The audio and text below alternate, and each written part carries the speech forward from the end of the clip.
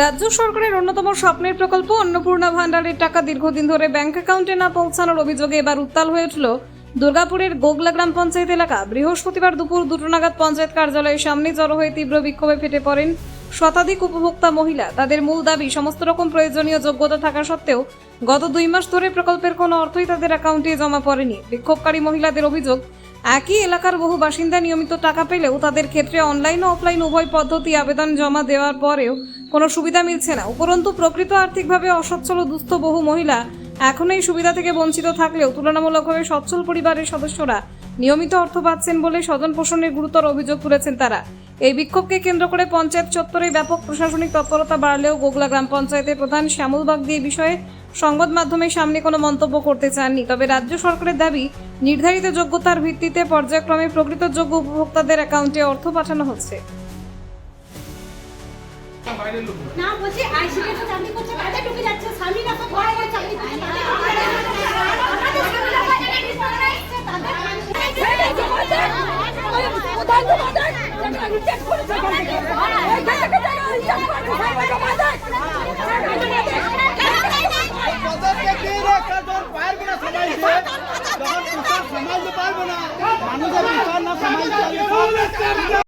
আমারই অভিযোগ। আপনাদের কি অভিযোগ আছে? এখানে প্রত্যেক মহিলার একটাই অভিযোগ যে ভোটের আগে প্রধানমন্ত্রী প্রচার করেছিলেন যে প্রত্যেক মহিলার অ্যাকাউন্টে 3000 টাকা ঢুকবে। তখন কিন্তু উনি বলেননি যে সরকারি স্কুল, বেসরকারি স্কুল বা প্রাইভেট ভ্যাকসিন, সরকারি ভ্যাকসিন, যার বাড়িতে 4 চাকা, যার বাড়িতে সরকারি চাকরি বা আইসিডিএস এর চাকরি, এসব কিন্তু কেউ কোনো কিছু প্রচার করেননি।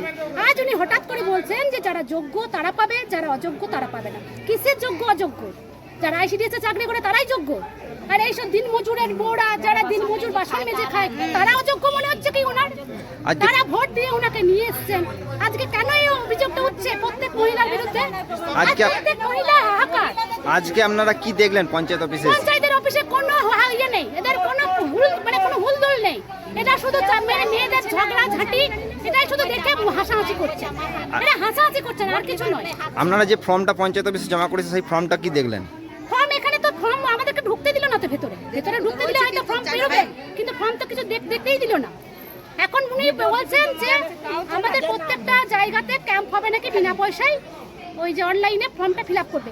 তারপরেও যদি কোনো মহিলা না ঢোকে তখন কি হবে, সেটা দায়িত্ব কে নেবেন?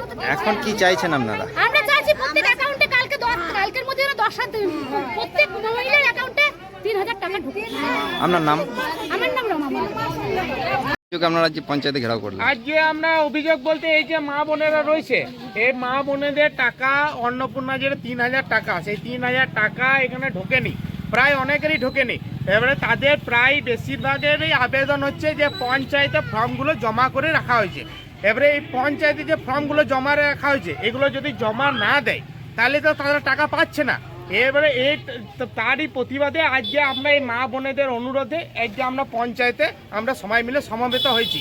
তো প্রধান সাহেবকে আমরা এটাই বার্তা দিলাম যাতে সবাই মা বোনেদের টাকাগুলো 3000 টাকা করে পায়। দেখুন, অনেক গরিব মানুষ আছে যাদের কিন্তু ঘর চলে না, এই 3000 টাকাটা কিন্তু অনেক স্বাবলম্বী করছে তাদেরকে। এবার তারা যদি টাকাটা টাইমে না পায় তাহলে কি হচ্ছে, তাহলে অনেকের মনে আক্ষেপ জন্মাচ্ছে। এবারে কেউ হয়তো প্রধান সাহেবকে ডিম ছুড়ে দিয়েছে বা কিছু করেছে, এটা সাধারণ মানুষের আক্ষেপ, এটা কিন্তু কেউ ব্যক্তিগত আক্রমণ বা কিছু এই হিসাবে করেনি। পার্টির মনোবলও খারাপ হচ্ছে। আপনার নাম? আমার নাম কৌশিক চ্যাটার্জি, বাড়ি বটগ্রাম। অভিযোগ উঠছে যে টিএমসি যারা করতো তাদের নামে তাদের অ্যাকাউন্টে টাকা ঢুকছে, কি বলবেন?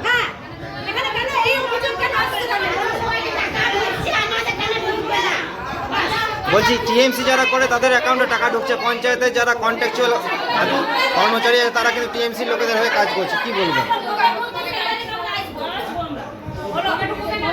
পঞ্চায়েতে যারা কন্ট্রাকচুয়াল আছে তারা টিএমসি লোকের হয়ে কাজ করছে, কি বলবেন?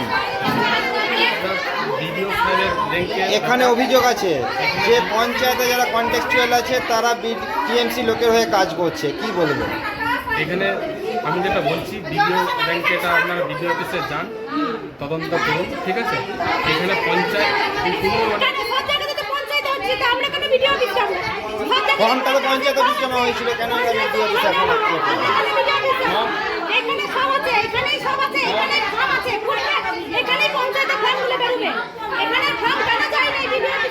এখন জমা লিখছিলেন আমাদের সেক্রেটারি সাহেব।